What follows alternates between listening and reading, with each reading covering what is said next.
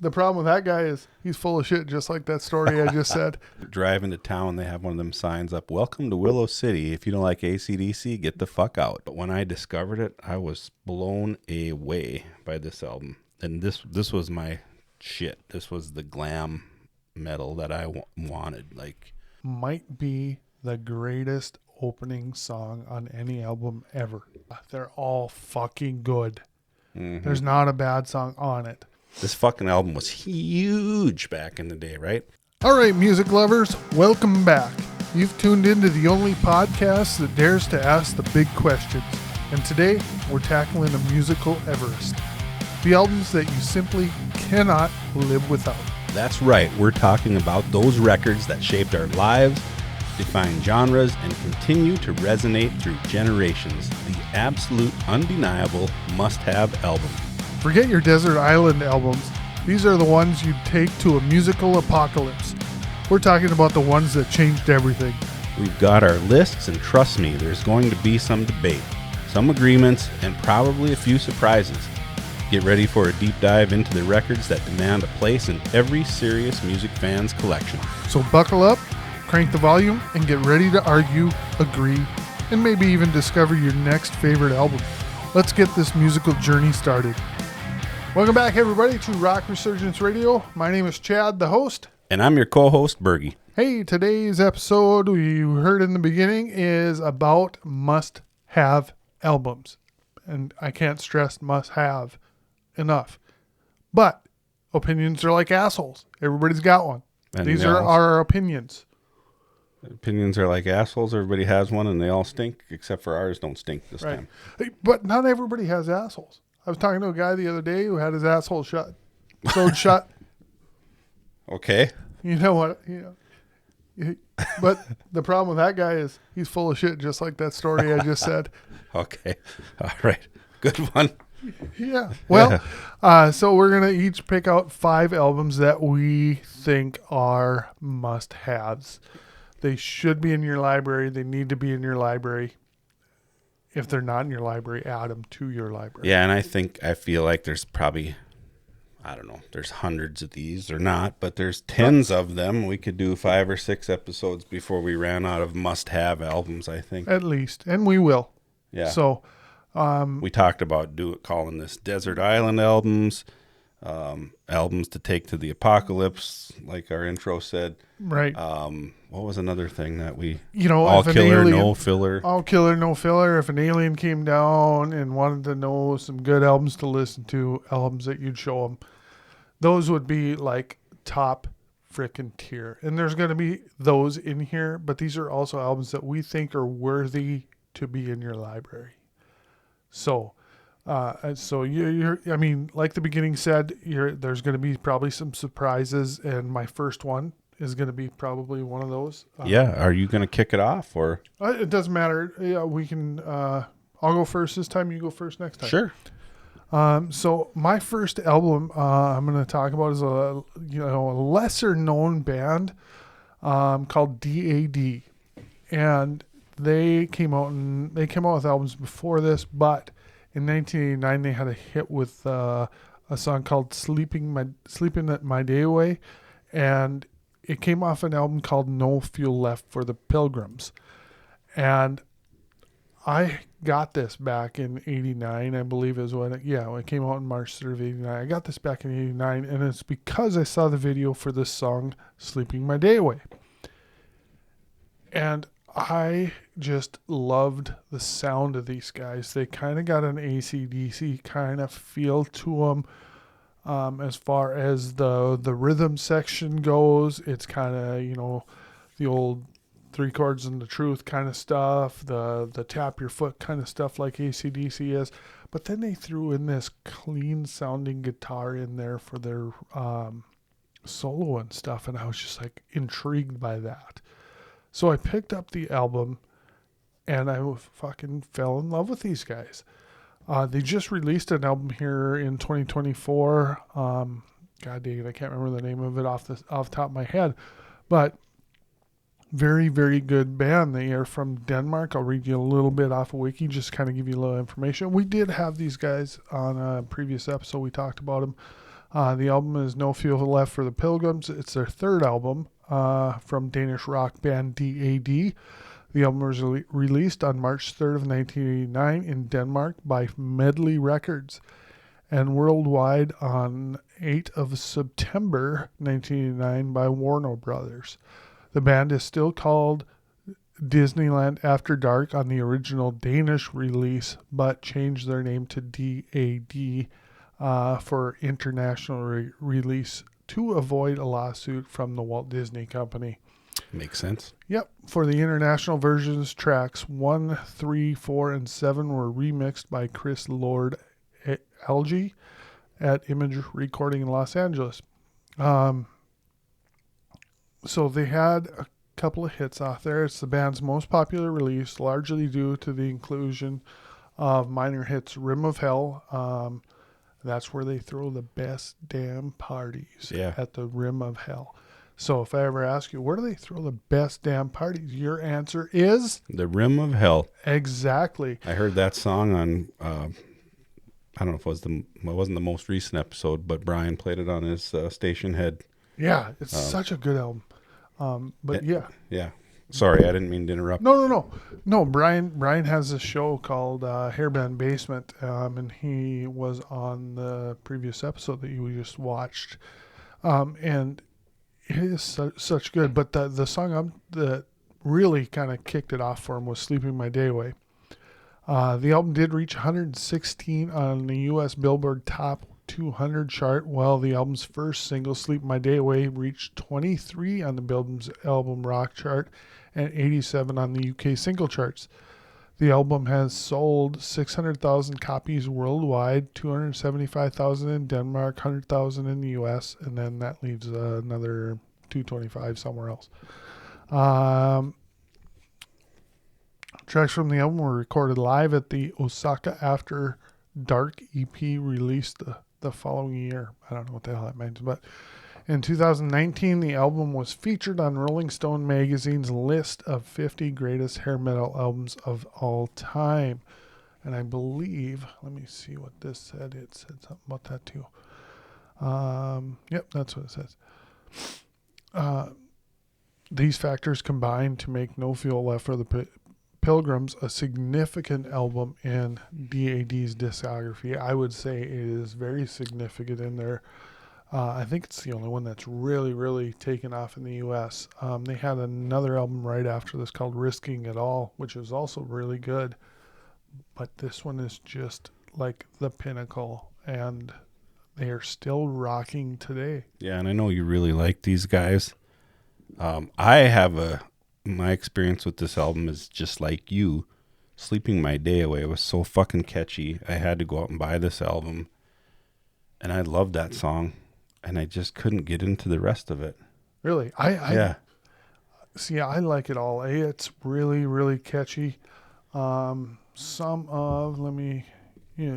bullshit for a minute. In our intro, we said there'll be some surprises and debates and whatever. And this is, when I saw his list, this was kind of a surprise for me. But knowing how much he loves DAD, and it probably is it's a must-have album. It's Chad certified must-have. So absolutely, that means a lot. And I say this a lot about albums. You got to give them 3, 4, 5 listens before you finally can make a final judgment on the album. And I didn't.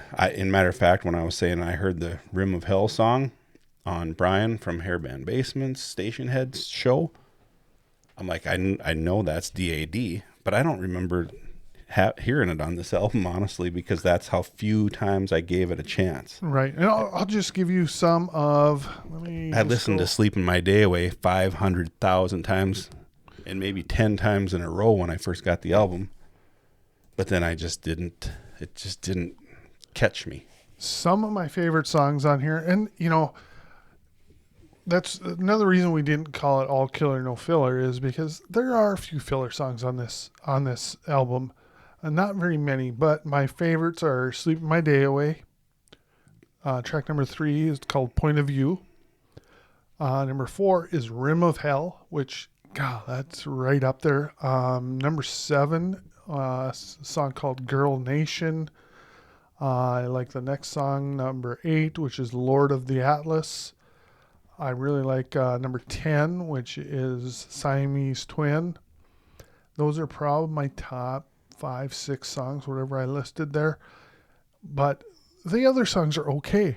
They're not bad. So, I mean, this is a very, very good album. Yeah. Well, it's a must-have.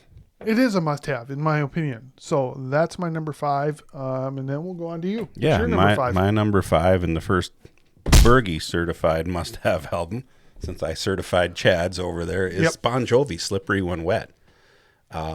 This fucking album was huge back in the day, right?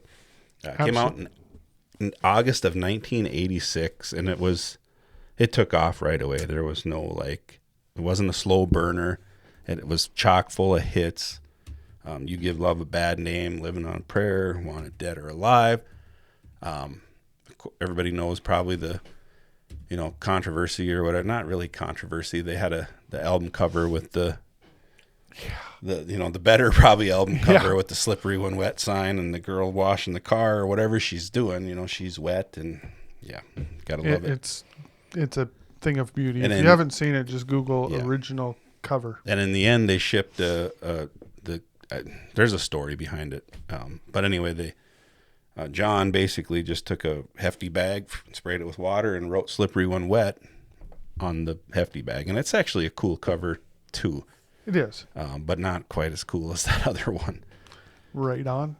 So released in North America on Mercury Records and Vertigo Records internationally, produced by Bruce Fairbairn, and recording sessions took place at Little Mountain Sound Studios in Vancouver. And that name should ring a bell to hair metal fans because there are so many albums that were recorded there. Aerosmith had a big one. AC/DC did one there. Metallica, Bryan Adams, Motley Crue, David Lee Roth, Loverboy, Cult, and then many others too were recorded there. But to me, I do like some of the other Bon Jovi albums, and especially the early stuff. This being the third one, the first 2 are great. I think the next 3 or 4 after this are okay too, but they've kind of lost me in the later years, maybe in the last 15, 20 years. But this is an absolute banger, must-have. Absolutely. Talk about some of the songs on there. It just opens with Let It Rock, and I love that tune. Everybody knows the hits. I'm going to just look for a few that are... That's like the rest of the album, right? Yeah, I mean, so here's the songs. Let It Rock, You Give Love a Bad Name, Living on a Prayer, huge. Social Disease, wasn't a hit, but I like it. Mm-hmm. Wanted Dead or Alive, huge. Underrated song, Raise Your Hands on side B. That's going to be that's an awesome arena rocker to me. It is, good one. I feel like I didn't go to them on this tour, but I feel like that's a great way to open the show, maybe. Mm-hmm. Without Love, I'd Die for You, Never Say Goodbye, and Wild in the Streets, another underrated tune to end it. I like that I'd Die for You, too. That's a really good, catchy ballad. And Never Say Goodbye, that was so fucking big back then. And that was in that was a prom song for sure at my school. Yeah. Yeah. So that's my number 5. Bergy certified, must have, Bon Jovi, Slippery When Wet. You got anything more to say about this one? Well, what more can you say? It is their pinnacle. That is their staple. Yeah. That is the one that blew them up, that everybody knows. And, and these albums probably come up on a future episode, but like Def Leppard blew up on Pyromania, but then their next album did even more. Yeah, and not that they were small time before this album came out, but they were compared to when this came out. It was like when this came out, they're bigger than life. Yeah, absolutely, and they just became household names on this one. Yeah, it is no other way to say it. All right, what's your next one, Chad? Well, my next one is, it's not necessarily hair. which we talk a lot about. It's just an album that I think is fucking fantastic. Not a bad song on it, and it is Reckless by Bryan Adams. I listened to this again here less than a week ago, and I can't get enough of it. It is fan-frickin-tastic. This thing sold over 12 million copies worldwide, making it one of Adams' most successful albums. He's a Canadian. It was the first Canadian album to sell over 1 million copies within Canada. The album reached number 1 on the U.S. Billboard Top 200. The album produced 6 top 20 singles on the top 100. Run to You, Somebody, Heaven, Summer of 69, One Night Love Affair, and It's Only Love. So, I mean, went over the half of the album is top 20 hits. I mean, it's got to be pretty good, right? Yeah, I forget about that song, Somebody. That's a fucking good tune, too. There's everything about this. I like it. I know we kind of talked about, I mean, if you get his greatest hits, it's just phenomenal, right? But this album contains probably half of a good, a greatest hits album. I mean, It's just that good. And, you know, I mentioned those songs. Those are probably, Summer of 69. What can you say about that song? Everybody fucking knows it. We played that in the band, and it's just a great, great tune. What's the one with Tina Turner? It's Only Love. Is it It's Only Love? Yeah. Yeah. And that's a good one. She had an incredible voice. Everything about this album I just really, really like. And I know it's not hair metal, but it is an album that if you don't have it, get it, listen to it. You will not be disappointed. I promise you that, because it is just filled with songs that, I don't know, they just make me feel good. Yeah, you named off about 6 songs, and you left out Heaven is a fucking great song. No, I said too. Heaven. Read them off again, the songs where you were reading them off. I don't think you said Heaven. Yeah, I did. Where was it at here? Run to You, Somebody, Heaven, Goddamn, Summer okay, 69, One Night Love Affair, and It's Only Love. Yeah. Yeah, and golly, She's Only Happy When She Dances. Dancing is a great song. Kids Wanna Rock is a great song. Long Gone is good. Ain't Gonna Cry is good. I mean, there's not a really bad song on here. And it's just insanely good. So, yeah, you know, this is an album that you just have to add it to your collection if you don't have it. So something about this album for me is it came out in 1984, and we are, you know, in the process of getting ready to do our next in our series of years, and 84 is one that came up. Right. So something that I discovered about 1984, and I might mention it in our 1984 episode, but 1984 was the year that I first signed up for Columbia House. And you know how I fucking know that? No. Is because a lot of these albums and these songs, I'm like, yep. These all came out around the same time. Yep. And this is one that I got on Columbia House. Or I had Columbia House, you know, buy 11 for a penny and then get a 12th one free or whatever. Yeah. And then you had to buy one. And then BMG had one. BMG had the same deal. So, you know, for 2 cents, I got 24 albums. Bryan Adams' Reckless was one of those for sure. Awesome. Did it have the 2 red lines on it? Yeah. Yeah, for sure. I hated that, but yeah, it was and that was worth a Columbia House signature for some of them. It was weird how some had it and some didn't. Yep, and they never had the clear cases. And actually, if I could remember back, I think I must have got Bryan Adams' Reckless from BMG, because I don't think it had those red lines, but I know exactly what you're talking about. Yeah, those 2 red lines on it. If you don't know what we're talking about, Google it. It's kind of funny because I hated that because, you know, I don't know why I hated it, because it wasn't what it was in the. It was in the different than what store. you picked up at Music Land or whatever. So people knew you cheesed out and got them all from Columbia House. I don't know why I didn't like that, but I just didn't like it. But yeah, you didn't want people to know that one cost a fraction of a penny. Yeah.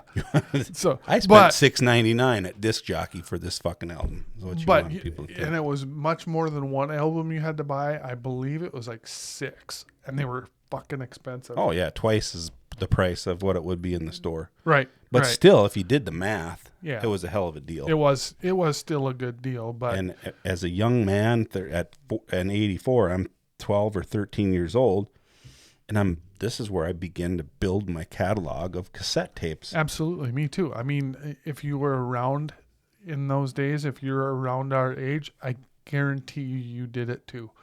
It was, everybody did it because somebody, I don't know where, you saw it in the back of like a magazine. Yeah. It was in the back of Hit Parade it was in the back of every, like Sports Illustrated, or it was in it wasn't just music magazines that had it. And it was weird because you had they each had a code or whatever, and you'd write the code down, and you had to make sure you wrote that down, and then you mailed that thing in, and then probably 6-8 weeks later you got a box. Yeah. It was fucking like Christmas. It was like fucking Christmas. It was better than Christmas, actually. I mean, it was because it's everything you picked on your list. You know, you never got everything you wanted from Santa. So this, you got everything. It was insanely cool. I know I got Twisted Sister Stay Hungry from Santa. I did too. That's not on this list today. I got that from Columbia House. I'm pretty sure. I actually thought about putting it on here. But anyway, that's Chad certified. Ching. Yep. We should have a. I'll make up a little stamp and we'll put it on. Okay. Yep. Stamp of approval. Chad certified, Bergy certified. So. Yep. So that would leave you satisfied. Yeah. Perfect. Beautiful. So on to your number 4. So my number 4, I picked a Motley Crue album, and I deviated from my first instinct was I should do Shout at the Devil here because we did. Well, I'll talk about it later. But instead, my must-have Bergy certified Motley Crue album for today is Too Fast for Love. This wasn't the first Motley Crue album I had, even though it was the first in their discography. But when I discovered it, I was blown away by this album. And this was my shit. This was the glam metal that I wanted. Like, this is my music right here. This defines me as what I like. You know, it's a little poppier than, say, Shout at the Devil. It's still fast, and it's like Livewire is a banger right from the get-go, It's more gritty. Yeah. You know. And the cover is a little, I don't know why I don't know whose balls those are, if that's Vince Neil on the cover, but. I don't care. It still looks cool. Yeah. I think that's cool because, like, if you grew up like us, and like me anyway, I wanted to be in a band and I wanted to look like that. I wanted to wear that kind of shit. I wanted to wear leather. I wanted to look cool. I never did. Spiked wristbands and the I had some chains of those. And the rings and he's got the glove. He's got one. I never even noticed this, but he's got one glove like Michael Jackson or whatever, but it's a cut off, like. And it's black. Yeah. Yeah, it's way cooler than the glittery white sparkly. Yeah, but that was pretty fucking cool. Yeah, it was for the day. Yeah. Everybody, I mean, you saw so many people around with one glove on. It's like weird. That is weird. And you look back on it now and it's weird, but at the time it was pretty cool. Yeah. Well, if it happened today, if you saw that guy wearing the members only jacket walking down the street and wearing the one glove and the Jerry curl juice in his hair, little black guy, skinny. Mm-hmm. People would look at that dude like weird. What in the fuck on that guy on? Like, stay away from that guy. He's obviously tripping. Yeah, you still see it if you go to Vegas because there's those. Oh yeah, the impersonators for sure. They're pretty cool. Yeah. So back to my certified, what a Bergy certified must-have album. Came out in 1981. I probably got it and probably. Gosh, I don't know if this might have been one of my Columbia House records because, I didn't really, I don't think, get into Motley Crue until even after Shout at the Devil. I mean, I'd heard that, but and I know it's not one of their highly Theater of Pain. Yeah, Theater of Pain was where I got into it.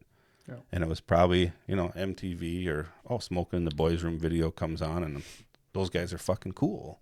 Yep. And then I get into the back catalog, and so from there it was, Girls, Girls, Girls wasn't out yet. Dr. Feelgood wasn't out yet. It was to go back. You went back to Shout at the Devil, and you went back to this.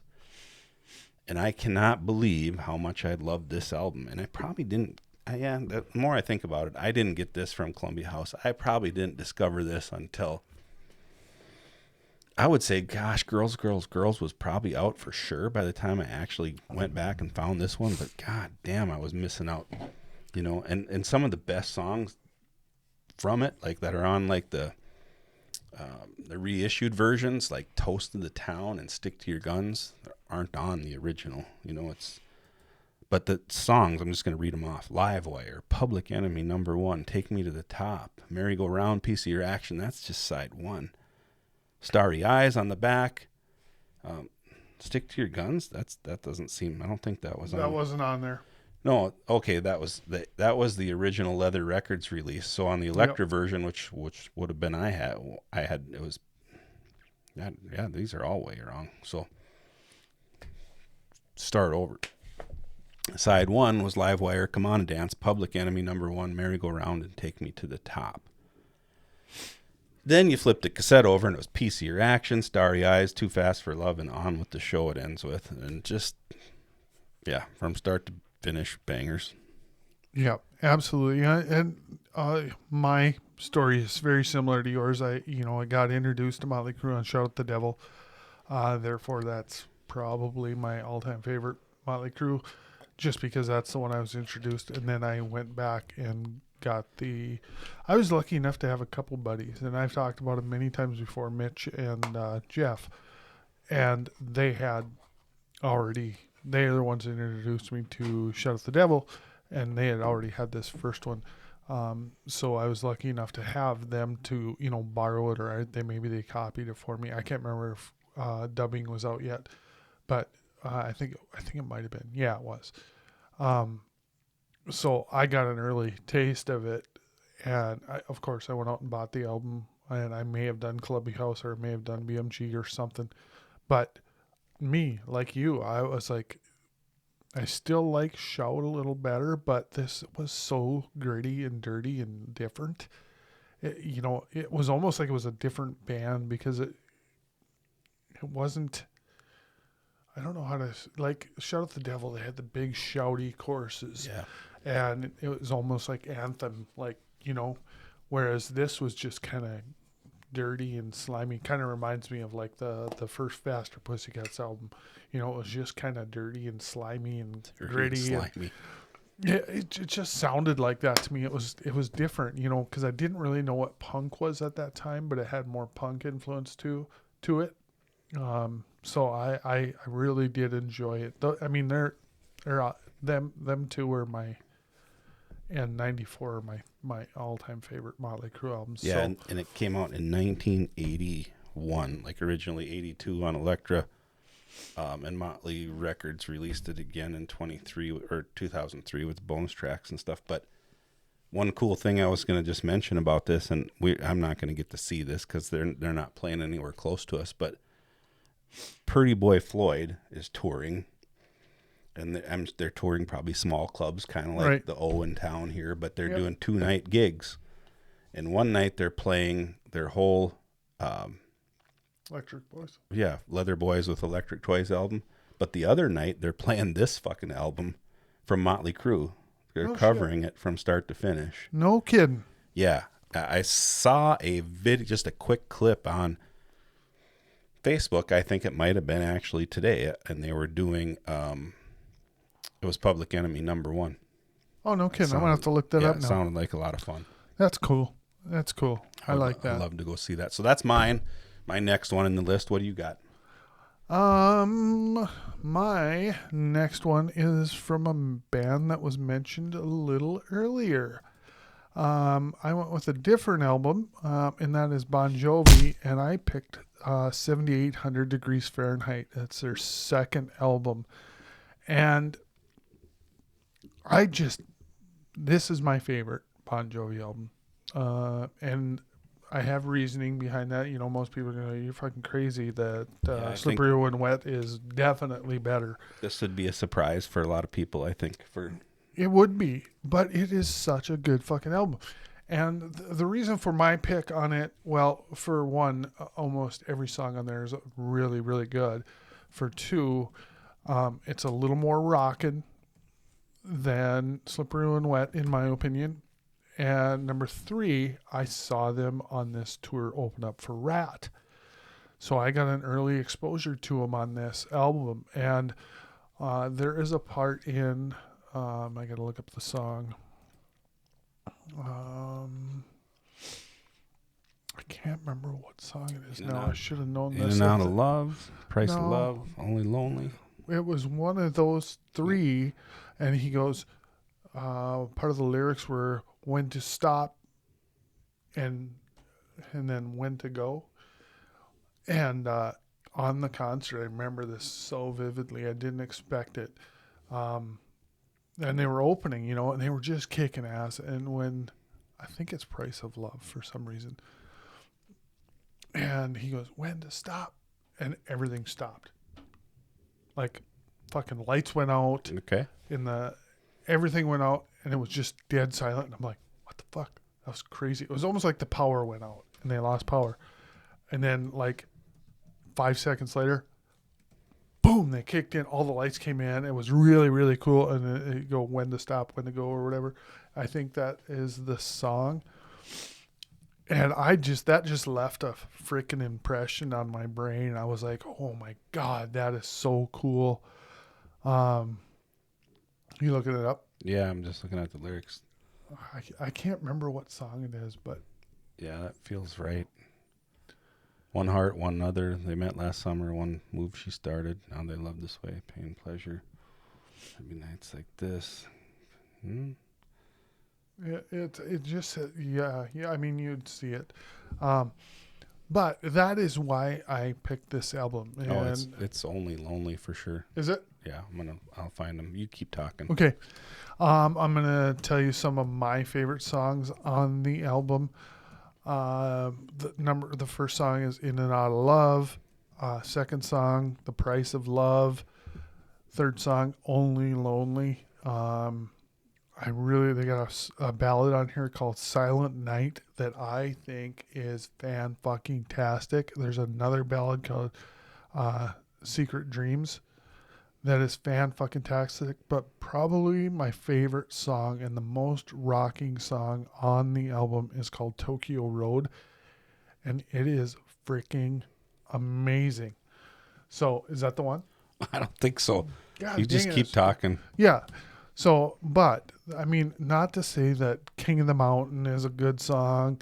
Hardest Part of this is The Night is good. Always Run to You is good. Into the Fire, that's the one, or not Into the Fire, that's Dawkins. To the Fire is also good.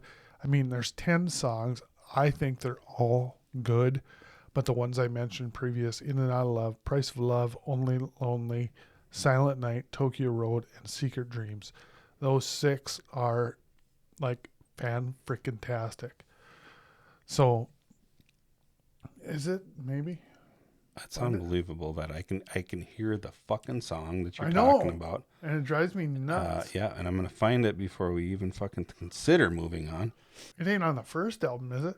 But it was on this tour, I remember them playing this song and When to Stop. Yeah. And it just kicked in, and it was so freaking cool. And, you know, I always, you know, I'm not a huge Bon Jovi fan, but the first 3 albums I'm a huge fan of. New Jersey, I overplayed that when it first came out, so I kind of got sick of it. Not saying it's not good. It's still a very good album. But this is my favorite Bon Jovi, and it was crazy because when at the concert, there was a guy that, and I told this story before, had the exact same hair. And if you Google John Bon Jovi's hair from 7800 degrees Fahrenheit, it was very distinct. It was he's got brown hair, but he had these just little bleached highlights in there. And there was a guy there that was like dressed exactly like him, and his hair was up. So, you find it yet? No. Oh, that's gonna drive me nuts. I'll look when you're talking about your album, because I am God done talking about this album. But if damn you it. don't have this album, this Bon Jovi album, if you got introduced to him later in life on the Slippery and Wet, but most people would have went back and looked at their other stuff too. But this album, I just love it. And Yeah, you caught me off guard because God damn it, I can hear the damn thing in my head.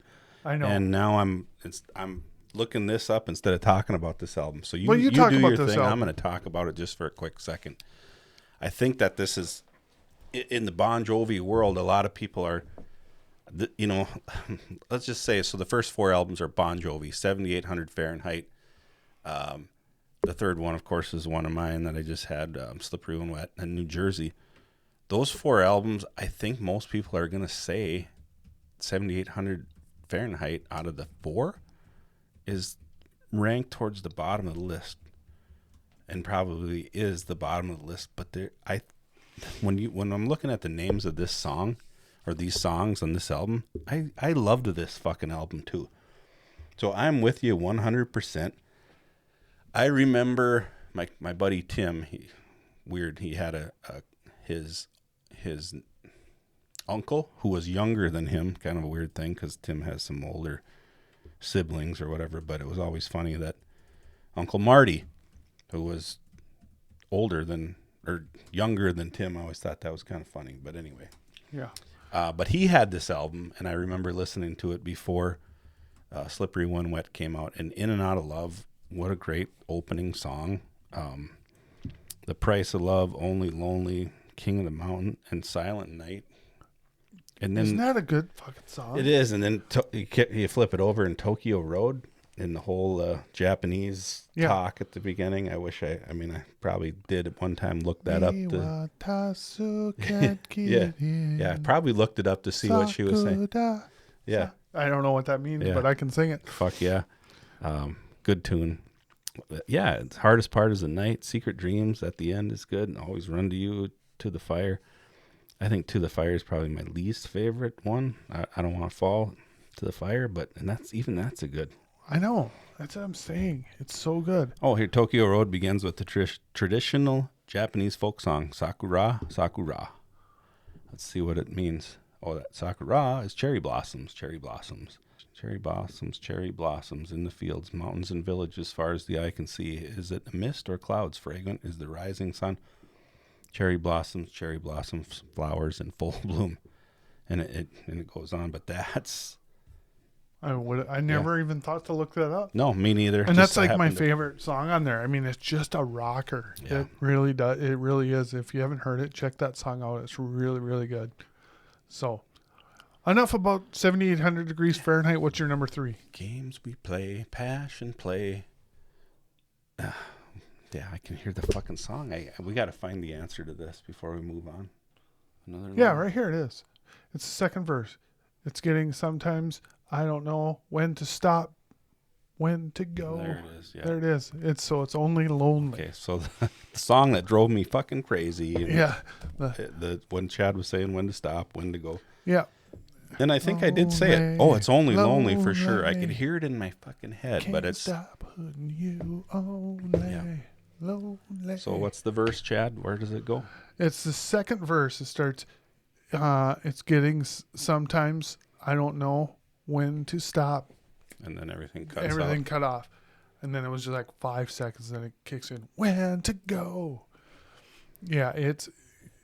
if you listen to the song, just imagining it pausing right there and all the lights go out. The crowd is like, what's going on, Because at that time, I didn't really know Bon Jovi that much, and they were opening, so I didn't know all their stuff.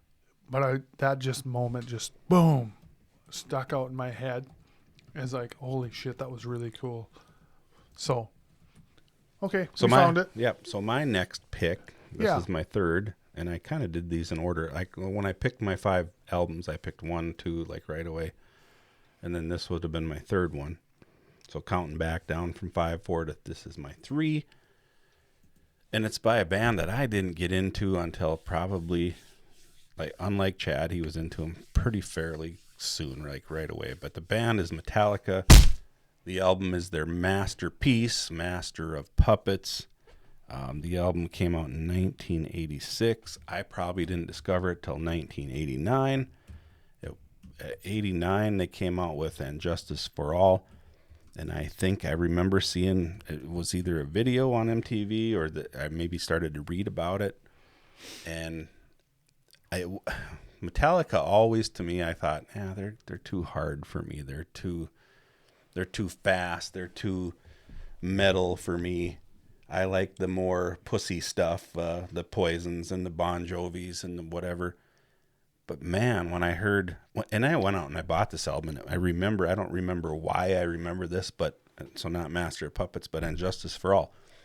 I can remember the cassette and a big green sticker on it that said over 65 minutes of new Metallica music. And I can't remember if there's 9 songs on there, but the songs are long. Long as shit. And they're fucking good. So good. And, Yep. and so I went back and I got this album, Master of Puppets.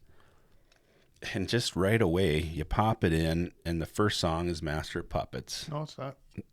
What? First song is Battery. Oh, yeah. Sorry, Battery. But Battery, just, like Chad says, kicks you in the fucking teeth. Like the dun, dun, dun, dun. Right? Nope, that's Master of Puppets. Oh, Jesus Christ. Fuck. Okay. Yeah. Battery, though. I can't fuck this up. Battery, and then it's Master of Puppets. But what's Battery sound like at the beginning? God damn it. Brum, brum. Oh, yeah.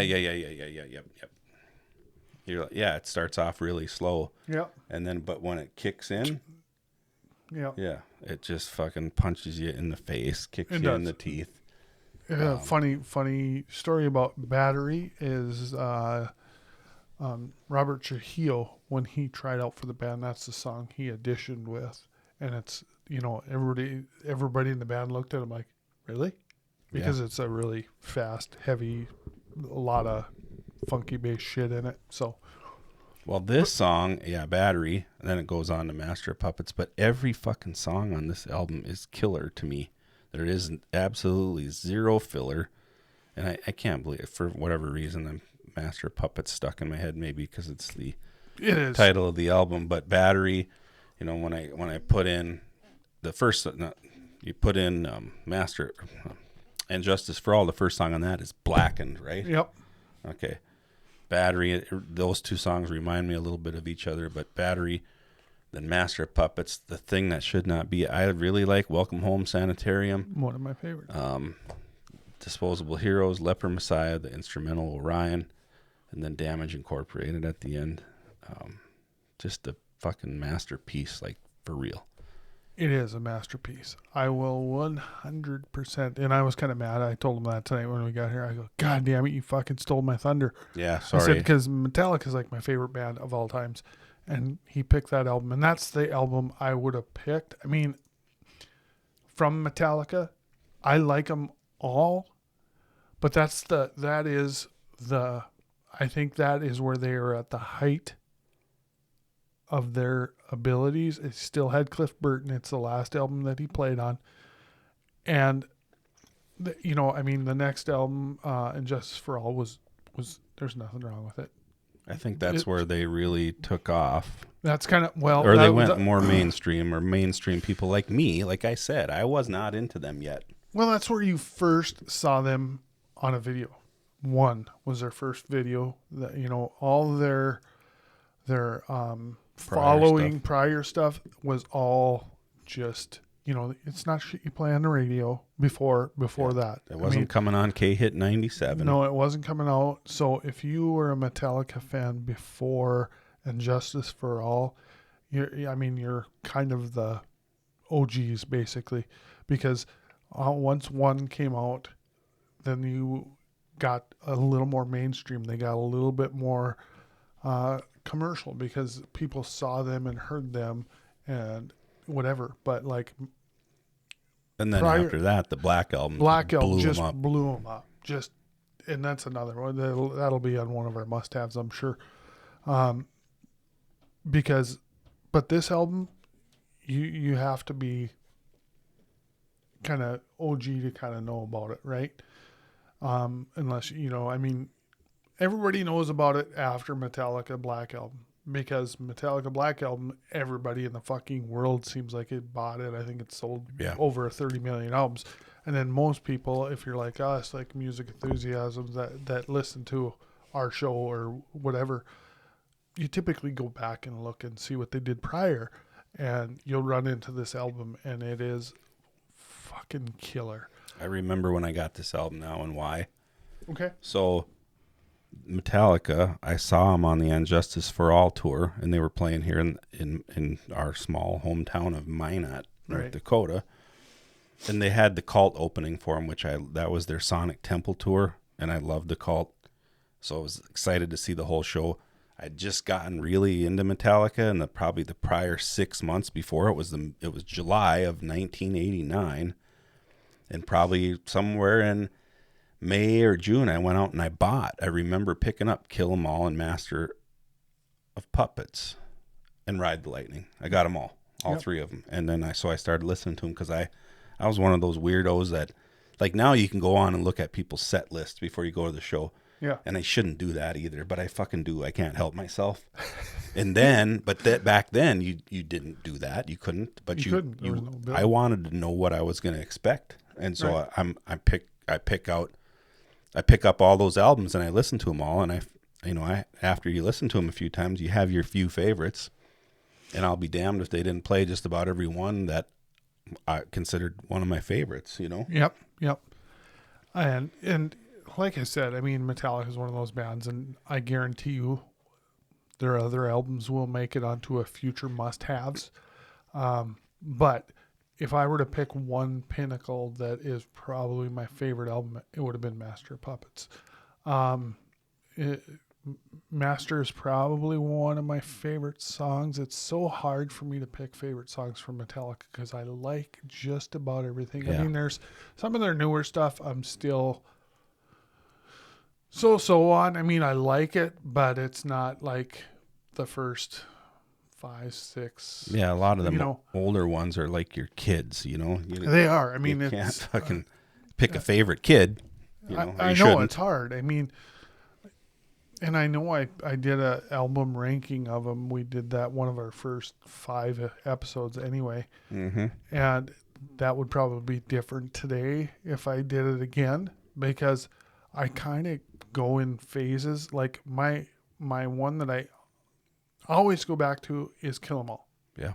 Because that was the first one I heard. And that's got a special spot for me. But I just saw that on your list and I'm like, fuck. Yeah, and I probably go back to Injustice for All, even though like the OGs, like you said, the Metallica guys that were there from Kill 'Em All on would probably, those first 4 albums to me are that's the heart of them to me. First 5. Probably. Well, yeah, but yeah, they even though I wasn't an OG, but so going back to the OG thing, yeah, I think most people say Black Album's a sellout, but I don't say that. Most people don't like Injustice for All as much as I do either, I don't think. But I like that a lot, and sometimes I might say that's my favorite over this.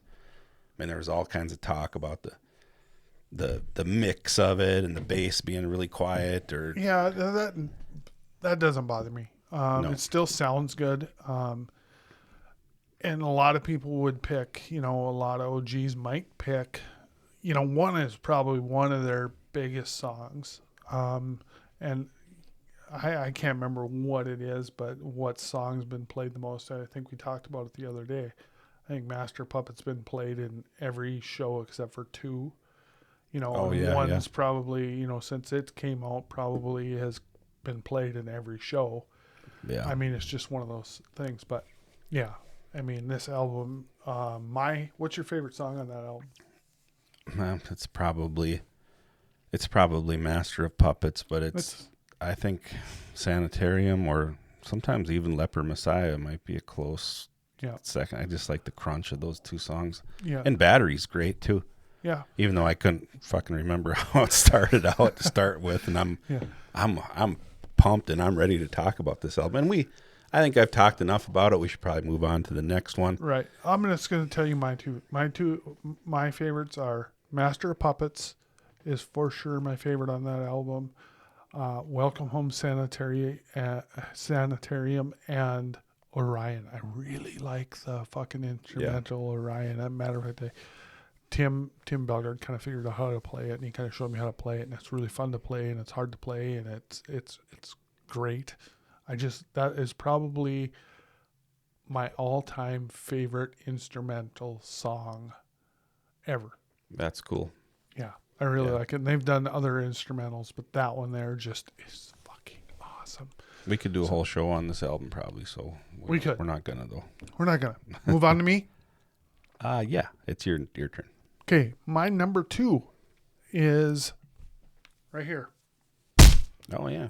Cinderella Night Songs. This album, when I got this, I just wore this out. It is, and if we had to go in debut albums, it would probably be in my top 5 debut albums. Because it is really that good. There is not really a song on there that I don't like. This came out in 1986, June 9th, 1986 on Mercury. The album peaked at number 3 on the U.S. charts on February 7th, 1987, and was certified double platinum for shipping 2 million copies there 12 days after. So in May of 1991, it was certified triple platinum, having shipped 3 million copies. So the lead-off single was Shake Me, but Nobody's Fool cracked the top 20, reaching number 13. Third single, Somebody Save Me, went to number 66. But my favorite songs, if I had to pick, wow, fuck, this is hard. It's really hard because it would have been different back in 1986 or whatever. It would have been different. I think Shake Me would have still been one of my favorites. Night Songs wouldn't have been, but it is now one of my favorites. Nobody's Fool is a great ballad. Back in the day, I think Push Push would have been way up there, but it's not way up there for me now. But although it's good, In From the Outside would have been way up there. But God, there's not a bad song on here. My least favorite song would probably, and I hate to even say that, I don't, would either be In From the Outside or Once Around the Ride. But Back Home Again, the last song on the album, has grown into one of my favorites. I really, really like that song. Golly, there's Nothing for Nothing is great. Oh my, Push Push is great. I mean, they're all good. This is, to me, it's an all killer, no filler album. If you don't have it in your library, you have to get this one. It is insanely good. And to me, my favorite Cinderella album, bar none. Really? Yeah. So, Chad certified, must have. Absolutely. I mean, I like the second album, Long Cold Winter, but this one here is this is a straightforward rock and roll album. There's no blues to it. See, and I like the second one better, but that's just me. Right.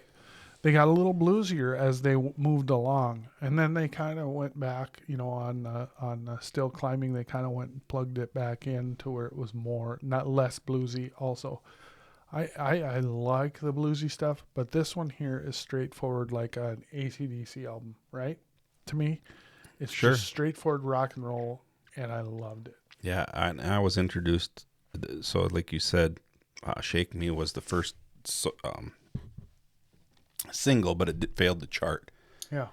But I'm surprised it didn't after their other ones kind of kicked in. I'm surprised that one didn't climb the charts as well. It's a phenomenal song. Yeah. But I didn't know anything about it until I bought the album, because Nobody's Fool was the one that got me. And the more I listened to this album, Nobody's Fool, I really liked that song back in the day, and I still do. Right. it might be one of my least favorites on the album.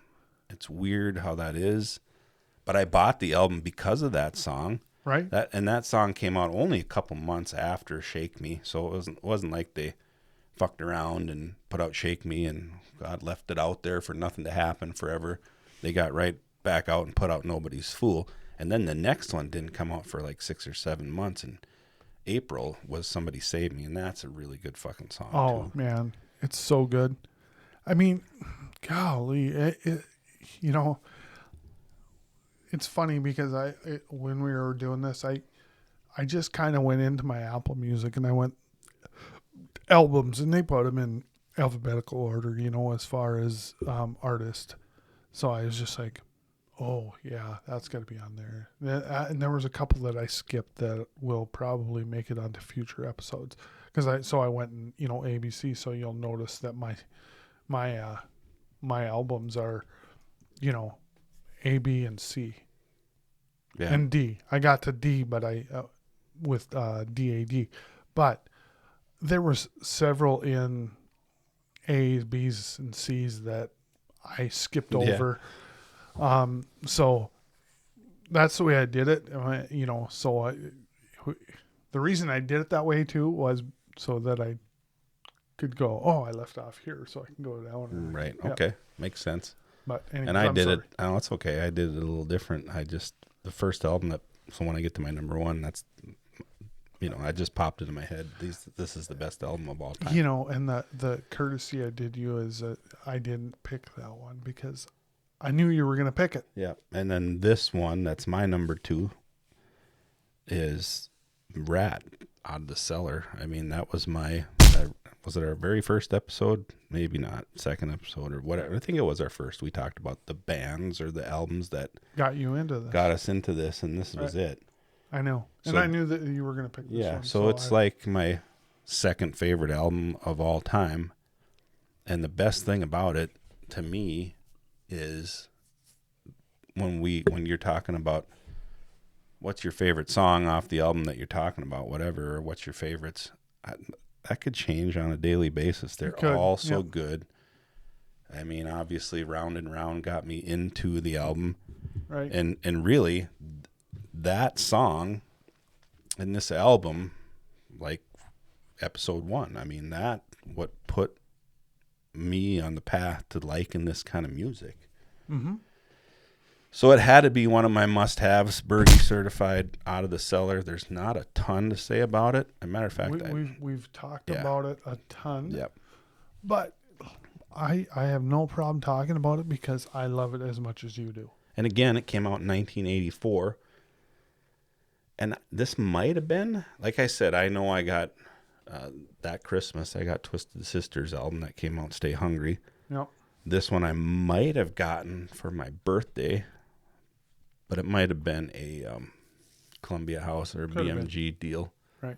But I had a ton of albums in '84 that I picked up, of course.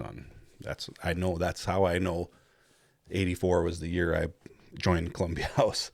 So if they're watching and they're looking for some money, because I'm sure I don't think I bought the 6 required albums after that. And I don't know how that just went away. Like, all right, this fucking guy is not. I don't know buying. if I did either, to be honest. You know, and you forgot to send in the card, and so they sent you some shitty album, and well, you had to pay for it, or I had to get my mom. I got a bill from Columbia House. I mean, I didn't have a job. I was 12 or 13. I know. Yeah. I mowed the lawn. My dad gave me money once in a while. Yeah. But yeah. I think about that, and I helped out on the farm. My parents we must have got them all. I mean, paid off or whatever, because I know I did that 12 albums a couple different times. You know, and they had to be like, they had to know, and you don't have anything like this today that I know of. I mean, you got your streaming services that you subscribe to, and you know, if you don't pay that bill, they shut you off. Right. Easy.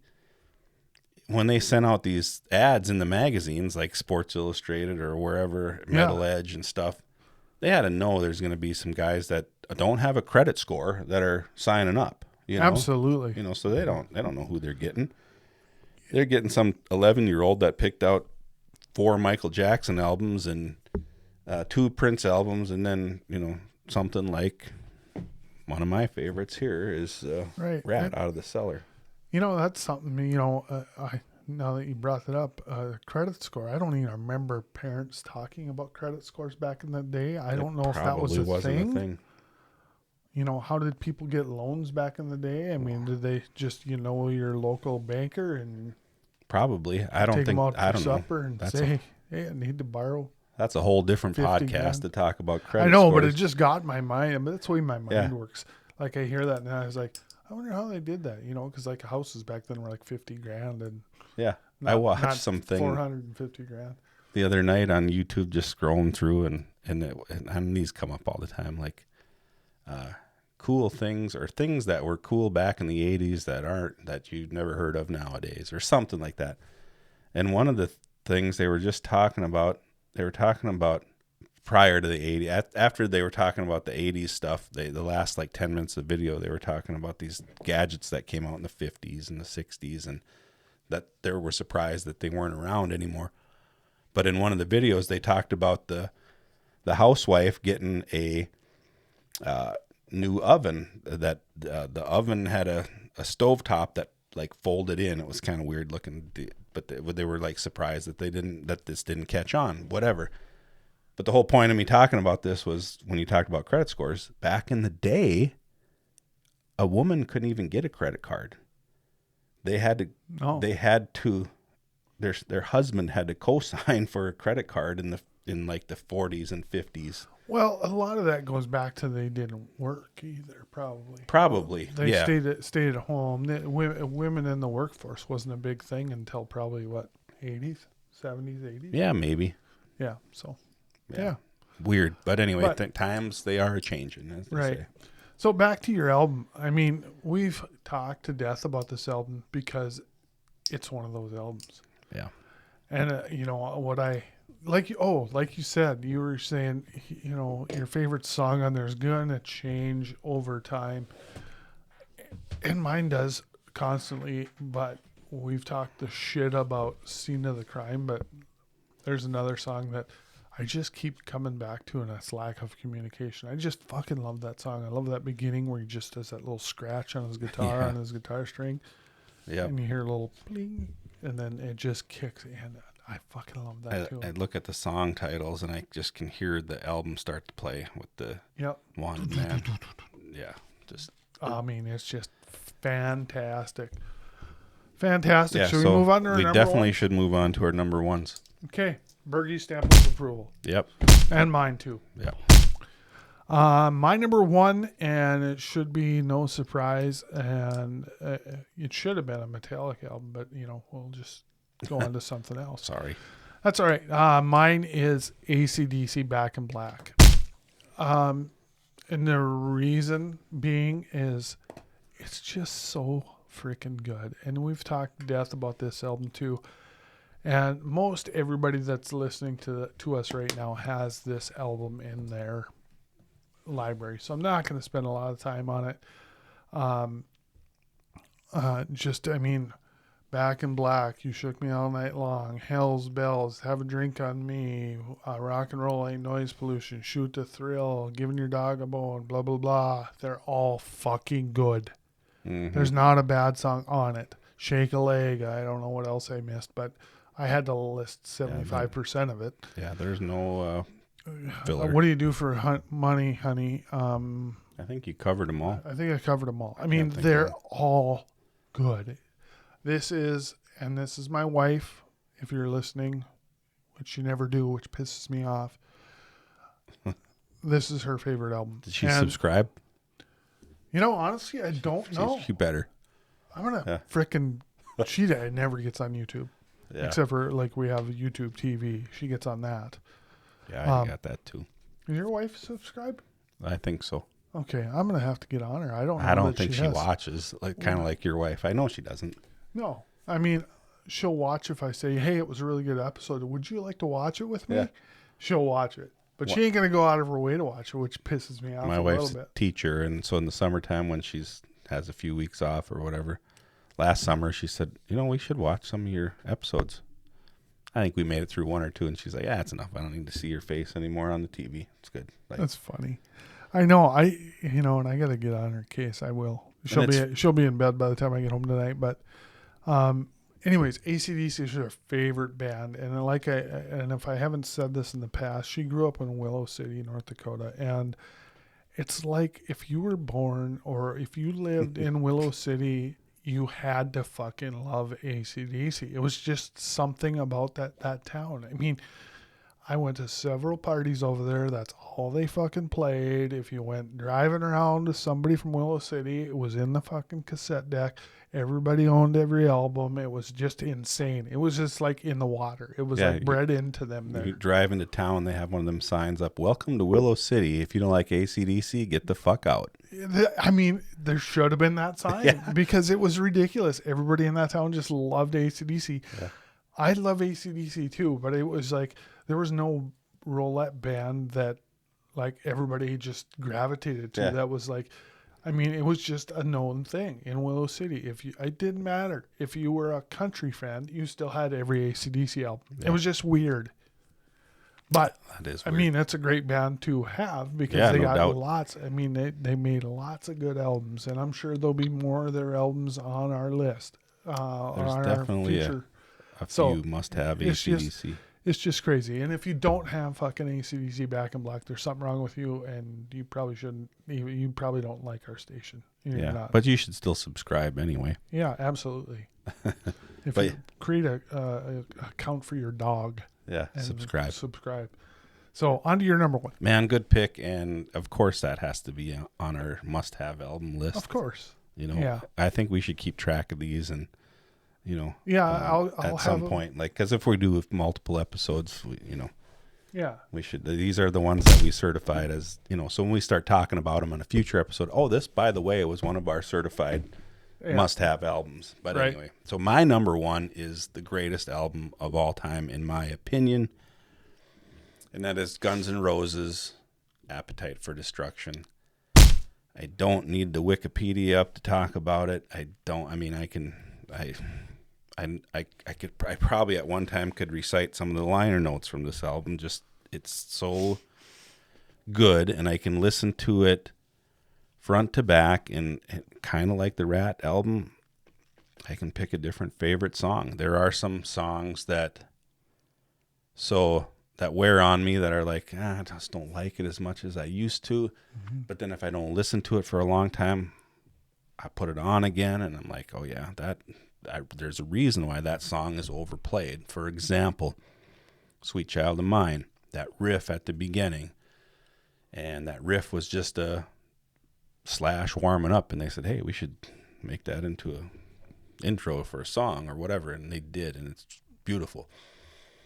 But Sweet Child of Mine, when ringtones was a thing, that was one my kids called. Sweet Child of Mine came on, and God damn it, I hated that song for a long time because, now I wish my kids would call all the time.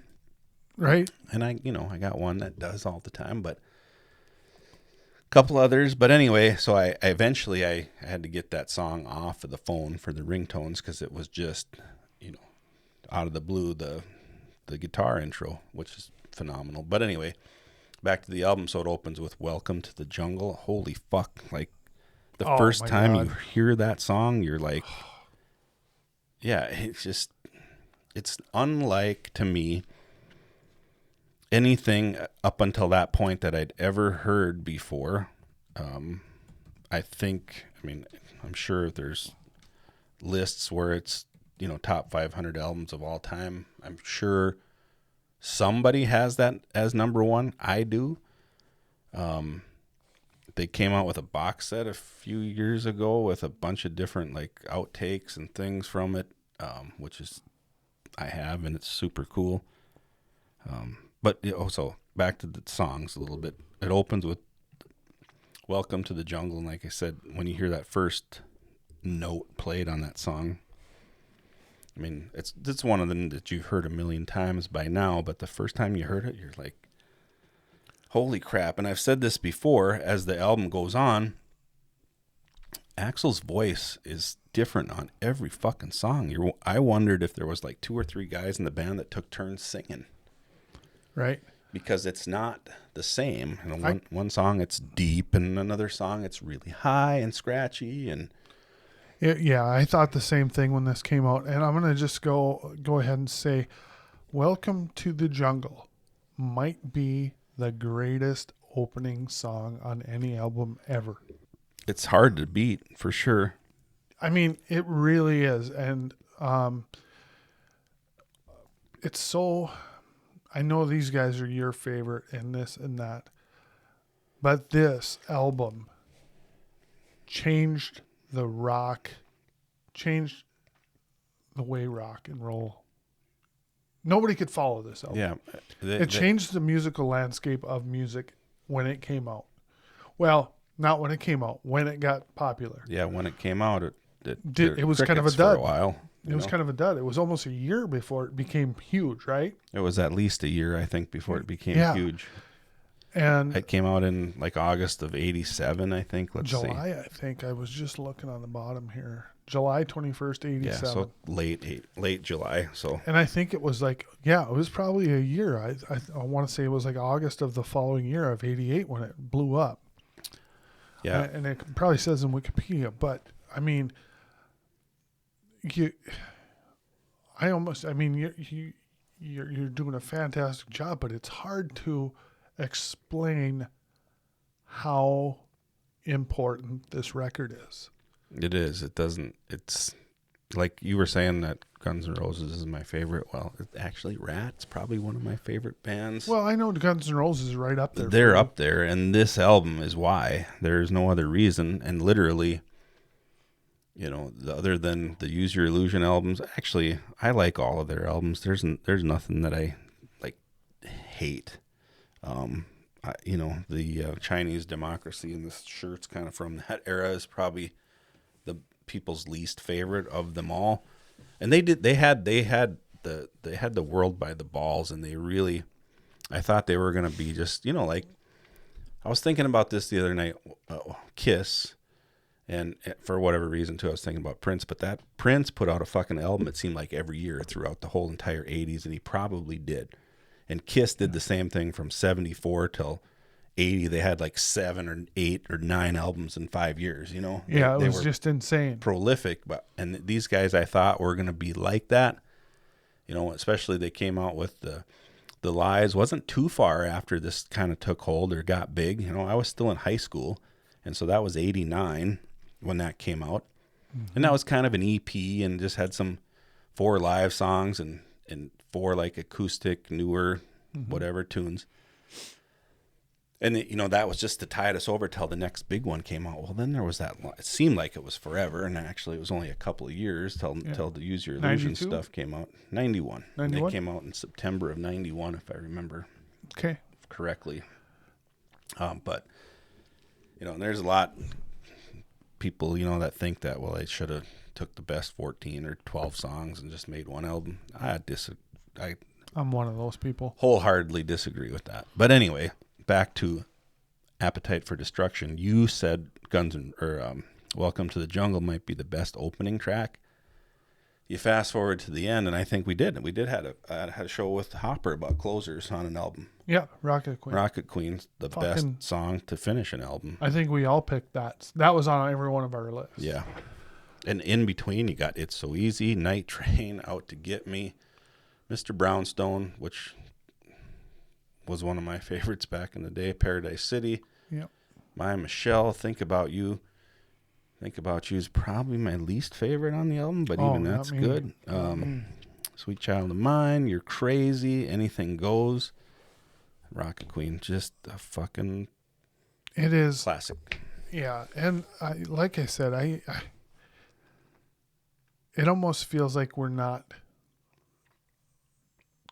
covering it well enough. I mean, it's just that good. I knew this was going to be on your list, and I knew the Rat one was going to be on your list. I mean, before when we even discussed kind of doing this album, so I knew I wasn't going to go anywhere near those because I knew those were near and dear to your heart, even though you fucked me on Metallica. But I knew that you were going to pick those, so I wasn't going to pick those because they would have definitely been in my must-haves as well. Yeah. But just to, I think And Tim Belgard is a buddy of mine. He just lost his mom. Rest in peace. And I think he went through 2 or 3 of the cassettes, wore them out. I mean, literally. And he takes immaculate care of his shit. So he literally wore these cassettes out. And I know this would be probably his all-time. Well, I don't know for sure, but I'm fairly confident in saying it would be for sure in his top 5. And it's just how it was back then. I mean, if you wore an album like this, if you wore it out, you bought another one because it's that fucking good. And I know over the years, I've bought this thing 3 times. I bought it twice on cassette because I wore one out, and no, I might have bought it 3 times. I know I got it stolen from me once.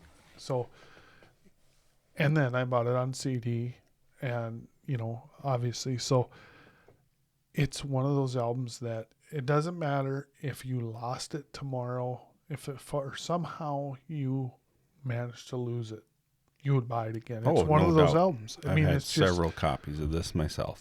Right. So that's how big this album was and is, and it stood the test of time. I'm like you though on this album. They're like Sweet Child of Mine. Yeah, I mean, you've heard it a million times. You kind of get tired of the songs you've heard millions of times. I've heard Welcome to the Jungle millions of times. I never get sick of that one. Yeah, but then like Sweet Child of Mine, when you hear it on the radio, a lot of times they shorten it up. They don't play the full version that's on the album. Yeah. And you miss like so you listen to the album and you're like, all right, Sweet Child of Mine comes on, and you get about halfway through that song and there's a great fucking solo in there, and you're like, yeah, this song is great. It is. It's hard to say anything bad about any of them. And it's one of them, you listen to it, and even then, like, I remember when I first heard this album, and it was probably Christmas of that 87, my cousin's brother, well, he's my cousin too, but Robbie's brother, Randy, had this, and he was playing it on an album. And it just kind of played over and over while we, I don't know, opened presents or played with our gifts or whatever. And as a 16-year-old kid, we were probably playing video games. Played with yourself, probably. Well, not in the basement of Robbie's house. But anyway, but even then, so going back then, by 89 or 90, you've listened to this album so many fucking times that you can hear it in your head, like note for note. But even that being said, if I put it on right now and listen to it as I go to bed or while I shower, there's going to be something more that catches me, like, yeah, it's weird, a little nuance that I didn't think of. Or this album, I mean, I think every fucking bus ride this album was played, or in the locker room before we went and played basketball or whatever, this album was playing. It was such a big part of my life growing up that it's, I mean, when this album came out, yeah, they were probably right up there with Metallica for me. I'm one of the ones that think the Use Your Illusions, I got them right away. Listened to them right away, and it just didn't have that effect on me like this one did. There were like 5 or 6 standout songs on each album, in my opinion.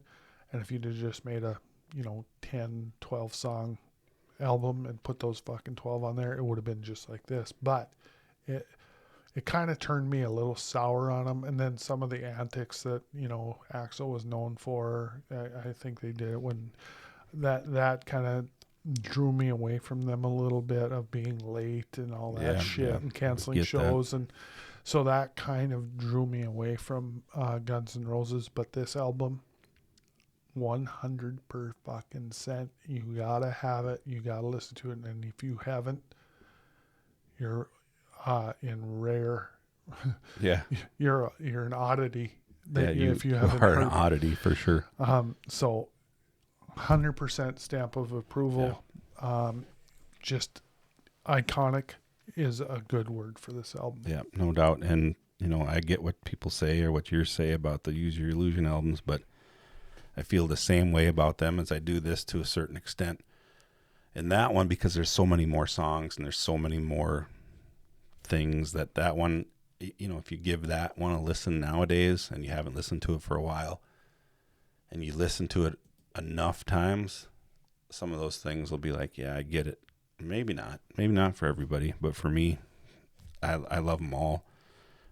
I wish they would do something new, and I think what it would take for them to do anywhere close to the success of even the Use Your Illusion albums, they would need to get their songwriter Izzy back in the band. And I know we've said it before, and that's probably not, he has probably no interest in it, or he'd already be there. I mean, they got a big tour coming up again, overseas, and eventually they'll be back here in North America, I'm sure. But they're making a ton of money touring. Put out a fucking album and do. I mean, I think you're 100% right on the Izzy factor. Yeah, I think he is the key that would allow them to make a good, solid album. I think if they, Slash is Slash. He's fucking good. He can put guitar shit to anything. But I think Izzy is the key for them to make a really solid album. And I don't expect Appetite for Destruction 2 or I think so. Here's one last thing I'm just going to say about that album is so good. It can't be duplicated. It can't be duplicated. It can't be. There's no fucking way. There's not even a fucking 0.1% chance that they can duplicate that. If it did, my head would just go poof right on live TV. It's it's just like my number one pick, AC/DC Back in Black. There's no way they're going to come out with another Back in Black. It's just not going to happen. Yep. It's just they've written some good albums and they've put out some good songs, but nothing is going to be as iconic as Back in Black or even Highway to Hell. It's just not going to happen. So that's why they're on our list. Yep. Those are our 10 first edition must-have certified, Bergy certified, Chad certified albums. I hope you agree with our list. If you're not, tell us what yours are. I know a couple of mine were whatever, but that's why we have a comment section. Yeah. So you make comments. I'm sure you'll put in some albums that we missed, but believe me, there's going to be more episodes of this because it's just you can't. I mean, we would have been here for 4, 5, 6 hours if and we'd only got through 2 lists the way we ramble. Yeah. But anyways, that's it for this show. We thank you for checking us out, listening. I'm just hoping that more listeners will hit the subscribe button like we talked about in our Hump Day episode. It's showing that our views are freaking huge. I mean, like 5.6, 5,600 more views than previous, but it's not equating to subscribers. So we need you to hit the like and subscribe button. That would be awesome. Yeah. What the hell? Ring the bell, like Guru says. Get notified. But subscribe is great. If you like what we're doing, subscribe. Please. Yeah. If you don't, well, don't. It's okay. Got anything else? I don't. It was fun. I think I talked too much, but that's pretty normal for me. We both do. We're like a fucking, what is that? Kid Squirrel? in a candy store or something. Squirrel. Yeah, that too. We just get sidetracked and whatever. But let's wrap it up. Let's do that. That's it for this week's Rock Resurgence Radio. Keep the volume cranked, the fist pumping, and the spirit of rock and roll alive. We'll be back next week with more sonic mayhem. Until then, stay loud, stay proud, and keep fucking rocking. Thanks for watching. Thank you so much for joining us today. We really hope you enjoyed our content. If you did, please like, subscribe, share, tell your friends. We'd greatly appreciate it. Links to everything we discussed will be included in episode notes. Feel free to check those out as well. Until next time, stay golden, Pony Boy, and rock on.